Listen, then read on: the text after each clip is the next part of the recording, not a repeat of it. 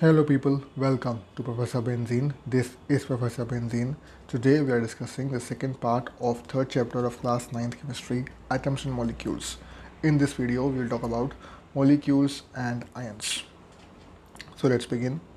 First, we talk about molecules. Molecule क्या होते हैं? The smallest particle of an element or a compound that exists independently with all the properties of that substance. किसी भी element या compound की वो सबसे छोटी एंटिटी, वो सबसे छोटा पार्ट जो कि इंडिपेंडेंटली एग्जिस्ट करता है और उसमें उस एलिमेंट के, उस कंपाउंड के या उस सब्सटेंस के सारे प्रॉपर्टीज़ मौजूद होते हैं। यानी कि मॉलिक्यूल जो है वो अपने आप में इंडिविजुअली एग्जिस्ट करता है। उस ज़रूरी नहीं कि पूरे कंपाउंड में मौजूद हो, अकेला भी वो एग्जिस्ट करेगा और उसके अंदर उस सब्सटेंस की जिसका वो मॉलिक्यूल है सारी प्रॉपर्टीज़ मौजूद होंगी। Molecule is a group of two or more atoms of same or different elements bonded chemically. Molecule होता क्या है? दो या दो से ज़्यादा एटम्स सेम या डिफरेंट एलिमेंट्स का, सेम एलिमेंट के या डिफरेंट एलिमेंट के दो या दो से ज़्यादा एटम्स जब केमिकली बॉन्ड होकर के एग्जिस्ट करते हैं उसको बोलते हैं मॉलिक्यूल। एग्जाम्पल के लिए जैसे कहते हैं कि वाटर मॉलिक्यूल, तो H2O, यहाँ पे दो H मॉलिक्यूल हैं, एक O मॉलिक्यूल है, ऑक्सीजन अलग एलिमेंट है, हाइड्रोजन अलग एलिमेंट है, तो H2 + O2 will give H2O। तो H2O में दो H के आइटम, एक O का आइटम, एक H2O मॉलिक्यूल बना, अलग अलग एलिमेंट्स के आइटम्स कंबाइन हुए, chemically bonded. Molecules of elements contain same type of atom. Many elements have molecules made up of one atom, like noble gases. Element के जो एटम होते हैं, मॉलिक्यूल्स होते हैं, उसमें सेम टाइप ऑफ एटम होता है। एग्जांपल, क्लोरीन का जो मॉलिक्यूल है Cl2, तो उसमें क्लोरीन के दो एटम होंगे। O2, तो ऑक्सीजन के दो एटम होंगे ऑक्सीजन के मॉलिक्यूल में। लेकिन कुछ ऐसे भी होते हैं जो कि सिंगल एटम मॉलिक्यूल भी होते हैं, जैसे कि नोबल गैस के एग्जांपल नियॉन, एनी। तो एनी मॉलिक्यूल जो होता है वो Ni2 नहीं होता, एनी अकेला होता है। या आर्गन एग्जांपल कोई भी ले लो, हीलियम हो गया, जबकि H2 जो है वहाँ पे H के दो एटम होंगे H2 मॉलिक्यूल में, लेकिन हीलियम में He मॉलिक्यूल में एक ही एटम होगा He का। Most of the non metallic elements have multiple atom molecule, example oxygen. जितने भी नॉन मेटल्स हैं जनरली इन सब के मॉलिक्यूल्स मल्टी एटॉमिक होते हैं। जैसे कि ऑक्सीजन है तो उसमें डायटॉमिक मॉलिक्यूल, दो एटम होते हैं ऑक्सीजन के, इस तरीके से। नेक्स्ट हम एटॉमिसिटी, ये क्या होता है? It is the number of atoms present in a molecule. एक मॉलिक्यूल में कितने एटम प्रेजेंट हैं उसको बोलते हैं एटॉमिसिटी। जैसे कि H2O मॉलिक्यूल में 3 है तो उसकी एटॉमिसिटी 3 हो गई। तो एग्जांपल लेते हैं, और इसी बेस पे number of atoms present in a molecule के बेस पे एटॉमिसिटी जो है वो कई टाइप की होती है। मॉलिक्यूल्स जो होते हैं डिवाइड कर सकते हैं। मोनो एटॉमिक मॉलिक्यूल कौन सा हुआ? मॉलिक्यूल जिसमें एक एटम होता है, example helium, neon, argon etcetera. Diatomic molecule जिसमें दो एटम होते हैं, example O2, N2, H2, Cl2 etcetera. Triatomic molecule जिसमें तीन एटम होते हैं, तीन एटम O3 ओजोन में, CO2 carbon dioxide, NO2 etcetera. Tetra atomic molecule जिसमें चार एटम होते हैं, जैसे कि P4 या H2O2 hydrogen peroxide etcetera.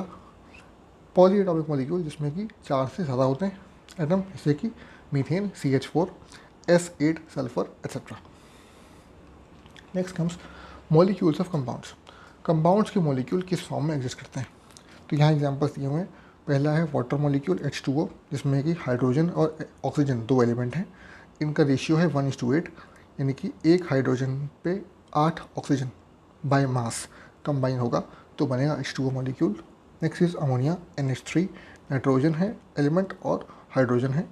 Nitrogen hydrogen का जो मास रेशियो है वो 14:3 है, यानी कि हर 14 ग्राम ऑफ नाइट्रोजन पे 3 grams of hydrogen will combine to form ammonia. Next is carbon dioxide, carbon and oxygen, तो 3:8 का रेशियो है, 3 ग्राम कार्बन पे 8 ग्राम ऑक्सीजन कंबाइन होगा तब CO2 बनेगा। Next is hydrogen sulphide H2S, जिसमें कि दो एलिमेंट हैं हाइड्रोजन और सल्फर। इनका कंबाइनिंग रेशियो है बाई मास 1:16, 1 ग्राम हाइड्रोजन पे 16 ग्राम सल्फर, एंड सो ऑन। और भी एग्जाम्पल दे रखे हैं। कुछ अलग से देते हैं, जैसे कि बेकिंग पाउडर NaHCO3, इस केस में हाइड्रोजन, सोडियम, कार्बन और ऑक्सीजन चार अलग अलग एलिमेंट हैं और इनका कंबाइनिंग रेशियो 23:1:12:48 है। मतलब सोडियम के parts 23 to 1 part of hydrogen to 12 parts of carbon and to 48 parts of oxygen. This will combine to form NaHCO3 and so on. Now we talk about ions. Ion क्या होते हैं? Atom और group of atoms और molecules lose और gain electron, they become charge known as ions. जब भी कोई atom या ग्रुप ऑफ एटम या फिर मॉलिक्यूल इलेक्ट्रॉन लूज करता है या इलेक्ट्रॉन गेन करता है तो वो एक चार्ज कैरी करता है, जिससे कि वो एक आयन बन जाता है। चार्ज्ड एटम या ग्रुप ऑफ एटम या फिर molecule is called ion. Atom in a solution generally exist as ion. किसी भी सॉल्यूशन में कोई भी एटम जनरली आयन के फॉर्म में एग्जिस्ट करता है। जैसे कि अगर हम बोले सॉल्ट सोल्यूशन इन वाटर, तो उसमें जो वाटर होगा वो आयन के फॉर्म में एग्जिस्ट करेगा। Positively charged ions are called cations. Example Na+, K+, Ag+, etcetera. Positive charge वाले जो आयंस होते हैं उनको कैटायंस बोलते हैं। पॉजिटिव चार्ज बनते कैसे? इलेक्ट्रॉन लूज करेंगे तो चार्ज पॉजिटिव आएगा। जैसे कि Na+, K+, sodium, Ca2+, 2 electron lose करेगा तो Ca2+ चार्ज आएगा। पॉजिटिव चार्ज वाले आयंस को कैटायंस बोलते हैं। Negatively charged ions are known as anions. जो एटम्स इलेक्ट्रॉन एक्सेप्ट करके नेगेटिव चार्ज बनाते हैं उनको बोलते हैं एनायंस। जैसे कि Cl-, Cl जो है क्लोरीन, Cl2 2,8,7, तो एक इलेक्ट्रॉन एक्सेप्ट करेगा अपने आप को स्टेबल करने के लिए, it will form Cl-, O2-, oxygen will gain 2 electrons, N3-, nitrogen will gain 3 electrons, तो ऐसे बनेंगे। A group of items carrying a charge act as a single entity, example CO3 2- और SO4 2-। एक ग्रुप ऑफ आइटम जैसे कि CO3, it is a group of item, इन सब के ऊपर एक कंबाइंड चार्ज है 2- का, तो they act as single entity. यानी कि कार्बन है, ऑक्सीजन है, three atoms of oxygen combined together to form carbonate ion 2- charge. इसकी ऊपर जो कंबाइंड चार्ज है वो आयन का 2-। सल्फेट का आयन SO4 2- चार्ज, इसके ऊपर भी combined, so it forms sulfate ion with 2- charge. तो दोस्तों इस वीडियो में इतना ही। अगर ये वीडियो आपको पसंद आया, अगर ये वीडियो आपके काम का था, प्लीज़ इसे लाइक करिए, चैनल को सब्सक्राइब करिए और इस वीडियो को अपने दोस्तों के साथ शेयर करिए ताकि उन्हें काम आ सके। मिलते हैं अगले वीडियो में नए टॉपिक के साथ बहुत जल्द। Thank you very much.